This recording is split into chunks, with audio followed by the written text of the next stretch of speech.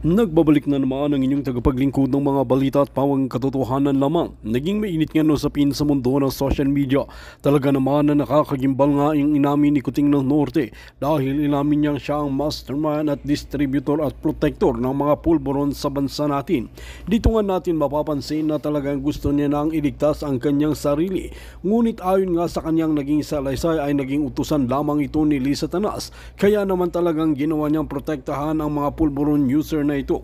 Dito natin mapapansin na talagang nakakalungkot na katotohanan ay nagiging tuta na lamang itong si Kuting ng Norte na ito. Ngunit banat ng maraming netizen ay tila prinoprotektahan niya ang kanyang sarili sa kanyang pag-amin dahil ayaw niyang bumagsak mag-isa at ayaw niyang matulan ng habang buhay na pagkakakulong. Dito nga natin mapapansin na talagang ginagampanan na nga ng mga otoridad ang kanilang mga tungkulin para ipasa ang batas at hindi na nila hahayaan pang muli na talagang magkaroon ng mga pulpolitiko na gaya ni Kuting ng Norte. While mga kaibigan, ngayon nga ay magkakaalaman na kung sino nga ba talaga ang susuportahan ng taong bayan. Ngayon nga ay patuloy pa rin ang investigasyon patungkol nga sa inamin ni Kuting ng Norte.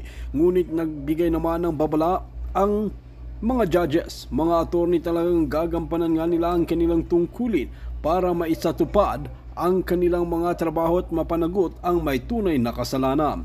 Well mga kaibigan, para nga sa karagdagang impormasyon, panoorin nga natin ang buong video. At kung bago ka lamang sa akin channel, huwag kalimutan i-click ang subscribe button at notification bell para lagi kang updated sa ating mga bagong video. At para sa sulit viewers natin dyan, maraming salamat sa walang sawang pagsuporta.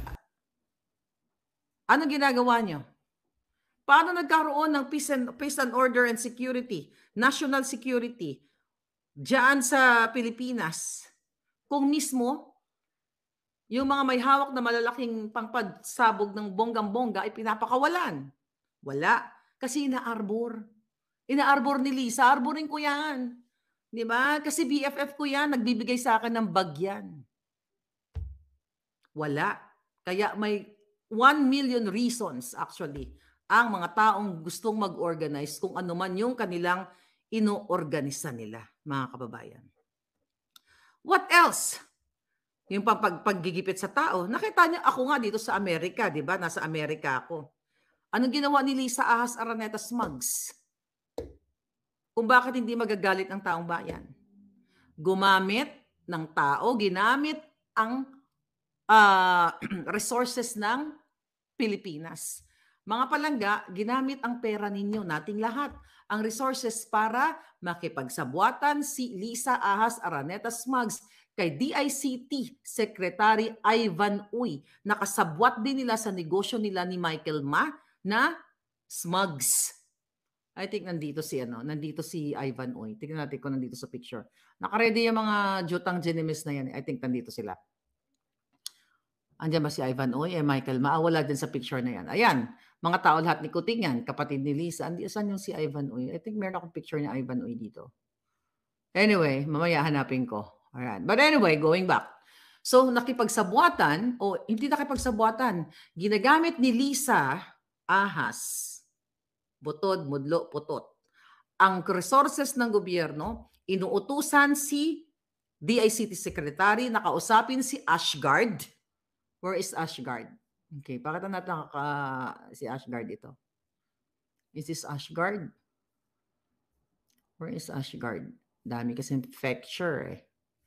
Okay, ito si Ashgard. Okay? Yan. Okay, si Thor. Remember that audio video? Audio message, si Thor. Yan, ginagamit yan ni Lisa Smugs, yung mga yan. Siya ang ginamit na maghanap ng address ng kapangalan ko sa Pasig para ibigay kay Anthony Taberna na bayad ang pagkatao, bawat hibla ng buhok niya. Okay? Bawat patak ng dugo ng pamilya ni Taberna at ng buong angkan niya ay nakikinabang sa payola. Binigay ni Lisa dyan para gipitin at kasuhan si Maharlika. Oh, papadampot daw ako. Hanggang ngayon, yung alindugo nakatayo pa rin. You're not gonna win. Okay? Mga hinayo pa kayo, ikaw Lisa. So yan ang ginagawa ni Lisa. Ngayon, sinabi ko na sa inyo yung pagtatanim ng kaso, kung nabibidyohan lang, kung napipicturan lang natin lahat ang ginagawa ni Lisa at ng mga kampon niya na pagtatanim ng mga kaso not only kay Maharlika, kundi sa mga taong nasa gobyerno mismo, yung mga hindi naman malaki, maliliit na pwesto lang, yung mga ordinary, even mga doctors, dyan sa PhilHealth, dyan sa DOH, tinatamnan ni Lisa ng kaso. Diba? Ano sabi ni Lisa dyan? Silipin kung may kaso, kasuhan, kung wala, tamnan. Kaya mayroong karapatan ang buong Pilipinas na mag-alsa at mag-speak up day, mag-vocalize ng kanilang nararamdaman sa ginagawa ng gobyernong kuting at ahas. At dapat yan, buhati na nga yan, peacefully. O magkusa na siya. Kasi tatamad-tamad naman eh. At saka laging bangag. Saan ka nakakita ng presidente, ulitin ko uli, na ipinagyabang pa, nagkwento-kwento pa ng multo. 'Di ba? Yung mga superpower ang pinag-uusapan kung paano mang-bulljack sa ibang mga nasyon. Siya ang topic niya, multo. Pagyayabang pa daw niya. 2 a.m. kasama niya yung kaibigan niya. Ano yan? Polvoron. Gaganon-ganon kayo doon. Sinong matinong presidente na alas 2 ng madaling araw kasama ang 6 mong kaibigan? Ito nga, sige nga, ano nga natin yan, diinan nga natin. 2 a.m. sa loob ng Malacanang. Pare, maghanap nga tayo pare ng madilim na kwarto dito. Kasi tingnan natin, maghanap tayo ng multo. Kahit sabihin, sige, bigyan natin siya ng benefit of the doubt na naghanap siya ng multo. May saltik ka. Presidente ka, iimbitahin mo yung 6 mong kaibigan, naghanap kayo ng 6 na naghanap kayong 6 ng madilim na kwarto. Para what? Para maipalabas sa vlog niya. Di, buangit gid. Sagutin nyo yan. Walang matinong presidente. O kahit ako hindi ko gagawin yung 2 a.m. ganito tayo, ganito, ganyan. Tapos presidente ka or hindi natin baguhin yan. Presidente. Yan, Bronner ha. Alam mo yan. Bronner. General Bronner, alam mo rin na may nagpatiwakal na PSG, kawawang PSG dahil binulyawan ng amo mo na si Lisa Smugs. Professional ka mo. Yung babaeng yan. Parang, bugok. Hindi parang, bugo na bugo. Pero magaling magkamkam ng pera ng bayan. Ayan. Yun. Alright. Kala ko na si Lisa Smugs. Okay. Ano pa? Ngayon, mga palangga. Alright. Paniningil ng appointment, ng mga nilalagay. Topic ko na to, matagal na. Paniningil ni Lisa Smugs sa mga inilalagay niya sa pwesto at pag-require ni Lisa as Araneta Smugs sa kanyang mga i-appoint, do you think he or she can deliver? Again, not the result for the common good, okay, para sa taong bayan, kundi para sa deliver ng pera para kami ng hinayupak na babaeng yan. Dahil hawak ko, Lisa, ang ebidensyang makakapagpatunay na ikaw ay kasabwat dyan sa pangangamkam, paghihingi ng bribe, ng luggage, lahat nakinabang ka dyan sa Okada, Manila. Ano ang ginagawa mo? Kaya sabi ko sa'yo, challenge yun. Gusto mo ipakita ko sa taong bayan? Kung anong pakikialam mo. Ando doon yung pagmumukha mo, Lisa. Hindi ka pwedeng sinungaling. Dahil ang ebidensya ko ay ipapalunok ko sa iyo para lalong lumaki ang butod mo. Diba? Giyatay ka. Again, sinong hindi magagalit na mga retired men in uniform at taong bayan na yung Jutang Ginemes na Speaker of the House, maliban sa nag-grade-raidan ng mga warehouse sa Bulacan, tapos wala namang ng certain warehouses. Ano na nangyari doon? Di ba nung Agosto? Yabang-yabang. Kunyari may na-raid. Di ba? Parang hack me, raid me, something like that. Di ba? Anong ginawa ni Martin Romualdez dyan? Kung hindi ba naman jungag o vangag, yung $2 million inilagay dinonate sa Harvard. Para what? May nabasa ako na dahil parang suhol niya dahil yung anak ba niya papasok sa Harvard. I'm not sure with that kasi hindi ko pa na-research. Pero may nabasa lang akong ganun.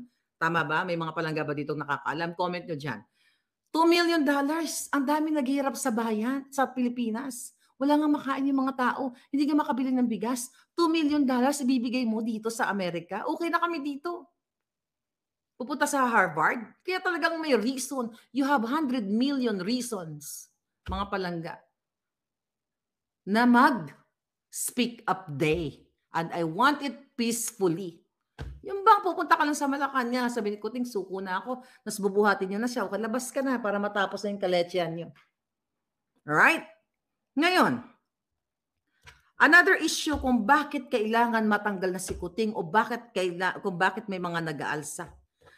Yun na lang ipinaglalaban, okay? Na-discover ni baby girl, okay? Sa Strogando, yung sa mga extraordinary funds. Okay? Extraordinary funds, confidential fund, MOOE, lahat pinapaliwanag niya. Yung sinasabi ni Pangulong Duterte na wag mga tao, wag kayong magbayad ng tax. Kailangan ipakita ng mga Senado, lahat kayo na ipakita niyo yung detailed, audit report niyo kung paano ginastos ang pera ng bayan. Anong sabi ni JV Ejercito dyan? Nabasa ko lang sa comment section, may sinasabi niya kasi ni JV Ejercito na wag maging makapili. Okay, wag maging taksil. Tapos may nag-comment doon na sinabi niya na mag-ano ka muna, release ka muna ng iyong audit report kung saan mo ginastos ang iyong confidential fund, ang iyong fund diyan sa Senate. Ang sagot niya, alam mo kung ano? Sabi niya, diversion of topic. See? Paano naging diversion of topic?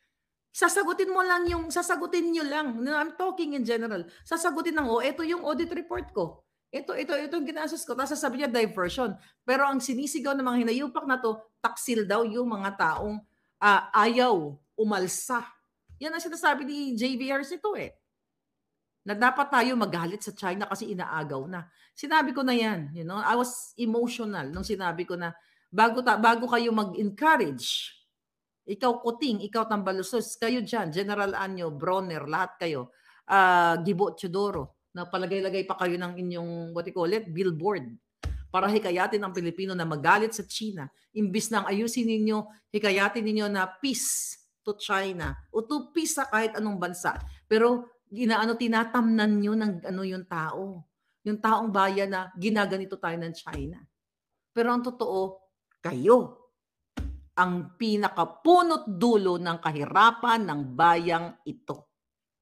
Mga inayupa kayo, ulit-ulitin ko, nagpapasarap kayo ng buhay nyo, umiikot kayo sa ibang bansa, bumibili pa nga kayo ng mga properties sa iba't ibang bansa, pinapaaral nyo, mga kabit nyo, mga anak nyo sa kabit, mga hinayupa kayo sa iba't ibang bansa dahil sa confidential fund, dahil sa pera ng bayan.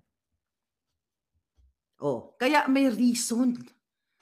Kung may nag-uorganisa man, may dahilan lahat. What else? Okay, yun nga yung declaration nila na halos makikipagdigma na tayo sa nasabi ko na yan. Okay.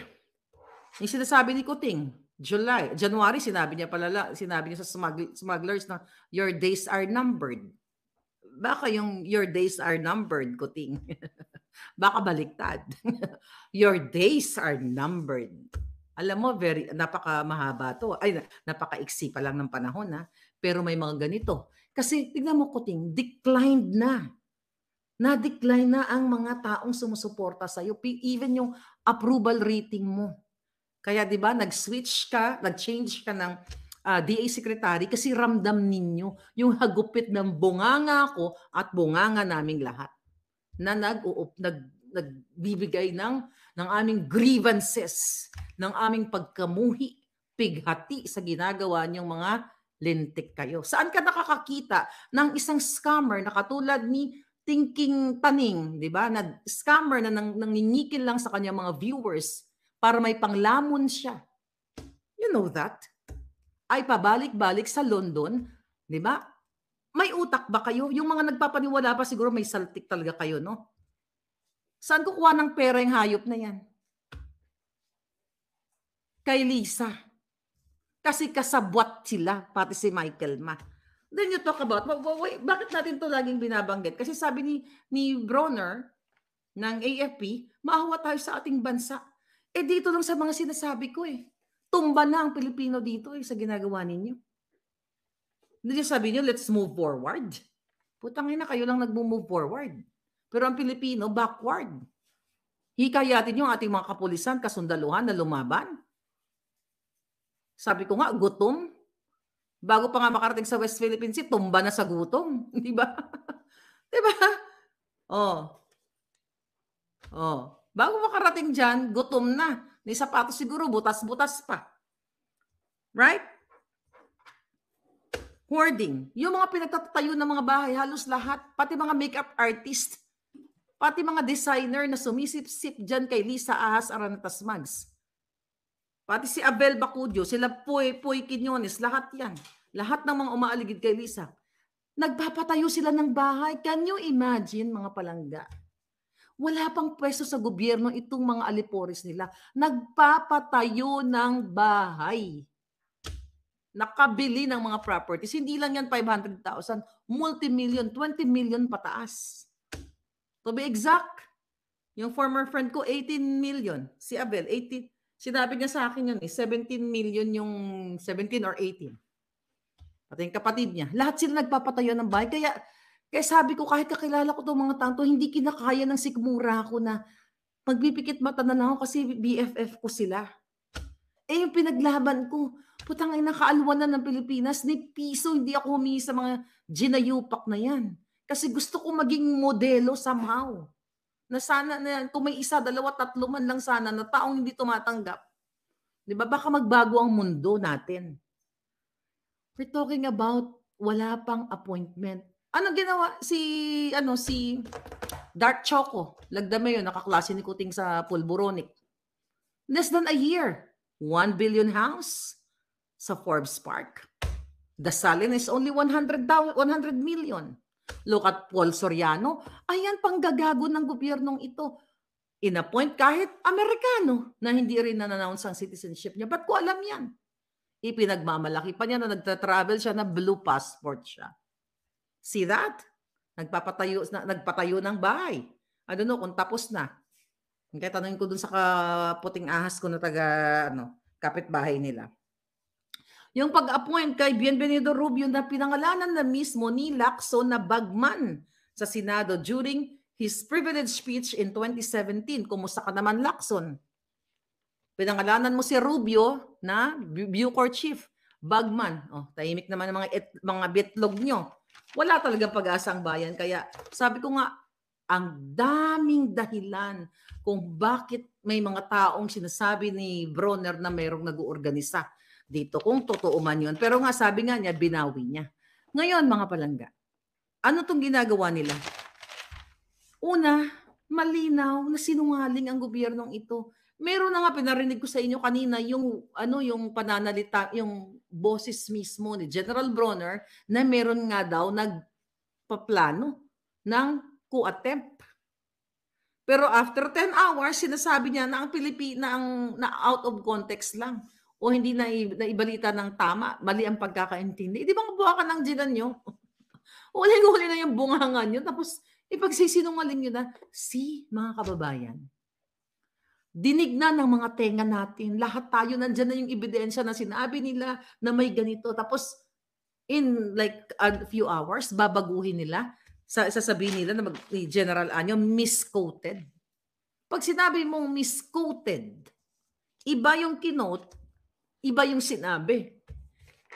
Ito sinabi niya mismo na pinarinig ko kanina sa inyo. Maawa tayo sa ating bansa. Let's give... hindi. Sabi niya, some of them were former... yung mga na may attempt, some of them were former officers of the AFP at nakausap at nakausap ko yung iba sa kanila. Sabi ko sa kanila, sir, you have the right to do that because we are in democracy, but please do not involve the active personnel, okay, of the AFP. Maawa tayo sa ating bansa. Let's give our country the chance to move forward to progress. Yan lang naman ang sinulat ng media. Paano naging out of context? Unmisquoted yan, General Anyo. Diba? So yan ang katotohanan na ang gobyernong ito ay dapat nang tapusin kung kailangan ng speak up day, peacefully, o kumusa na si Kuting na umalis dahil Sobra ng pangbababoy nila sa pera ng bayan, pangbababoy sa Pilipino, at pagtapang-tapangan niya ngayon na gusto niyang gusto nilang sabihin sa Pilipino na ipagtanggol natin, inagaw na sa atin ang ating teritoryo. Diba? Tapang-tapangan siya, pero yung asawa niya, ito na nga eh, tapang-tapangan, butang nga na, takot sa multo, kung totoong may multo. Gaganon-ganon pa siya, takot sa multo. Oh, may presidente bang takot sa multo at nagpapaniwala sa multo? Nung bata ako, oo. Okay, papaniwala ako sa multo. Pero ngayon, wala pa namang multo nagpapakita sa akin.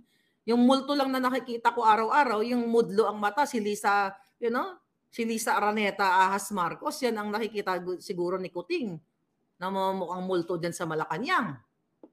So anyway, mga palangga, sabi ko nga, this fight, nakakapagod to. Pero alam ko magbubunga to. Kasama kayo. Nakakapagod. Ano mo, mga classmate ko nagme-message sa'kin, grabe ka, sabi gano'n, tinataya mo yung buhay mo, inahanting ka ng mga kalaban mo. Mga ganyan-ganyan. Hindi ka ba natatakot? Sabi ko, ba't ako matatakot? Dapat nga itong mga hinayupak na ito ang natatakot. Kakampi ko ang katotohanan. Wala akong ninakaw sa kaban ng bayan. Ni piso wala akong politikong hiningaan ng pangkape o whatever. Well, hindi ako katulad ni Taberna. Pati pagpapagamot ng kanyang anak ay galing sa payola. O, di ba? Taberna, dagdag mo yung kaso. Dali! Putangin nyo lahat. Kasuhan niyo ako nang magkaanuhan na. Yun ang gusto niyo, di ba? Magtanim ng kaso. O, kamusta ka na, Taberna? Sarap lumamon ng payola, no?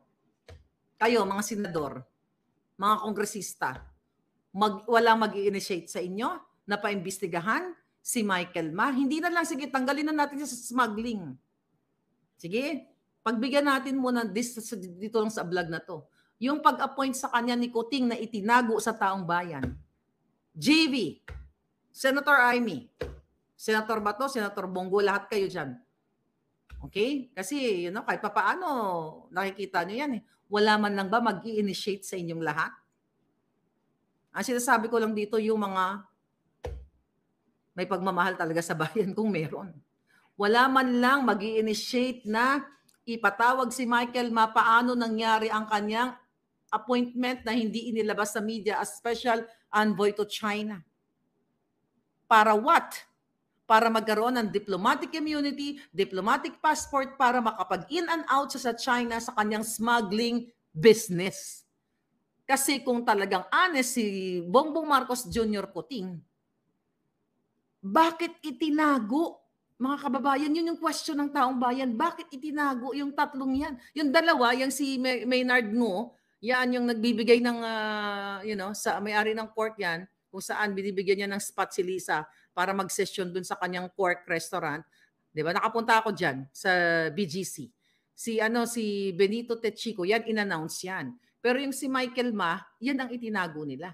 Yan na lang, Senators, Congress, lahat kayo mga ginayupak kayo. Mag-initiate kayo, ipakita niyo sa taong bayan. I challenge you all. Dahil pinangalanan yan, ito mga palangga, nun sa mga kakilala lang sa akin, kakapapasok lang dito. Si Swansing nasaan? Pakita lang natin palangga para nagkakaalaman tayo. Ito. Pinangalanan sa Congress, hindi ako ang nagpangalan sa kanya. Ito. Would like to request the Committee on Ways and Means to issue subpoenas for the following brokers, importers, facilitators, allegedly involved in large-scale agricultural smuggling in local ports and around the Philippines. Namely, Michael Ma, Lujin Ang, Ayan.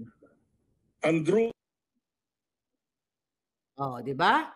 Special Envoy of the President to China, Mr. Michael Ma. Nakita niyo?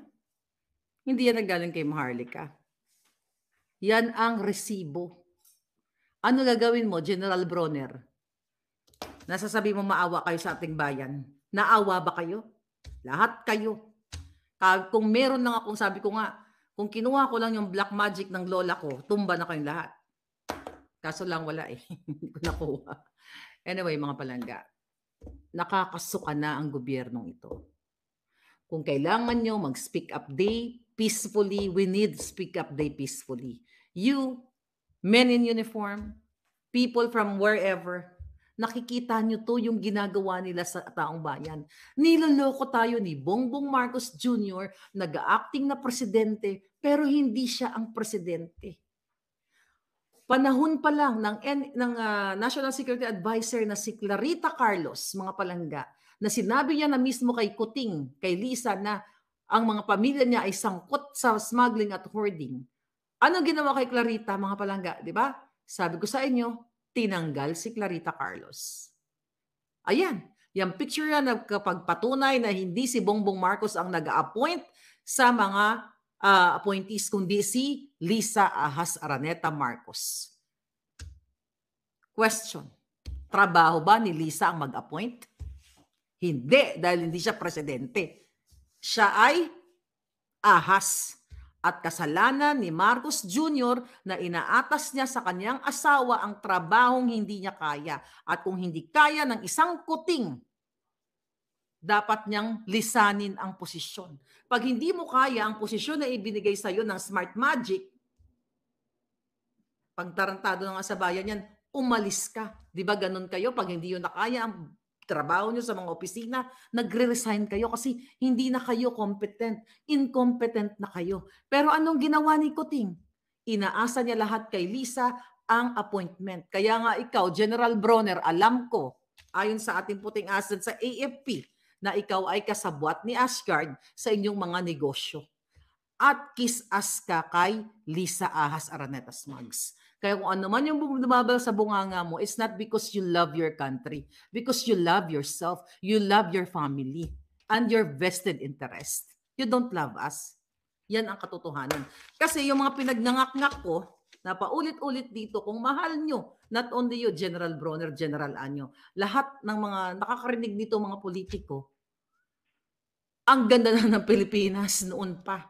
Kung lahat kayo ay may pagmamahal. But wala kayong pagmamahal sa Pilipinas at sa Pilipino. Mahal nyo lang ang inyong vested interest. Muli, this is your Fair Lady Maharlika.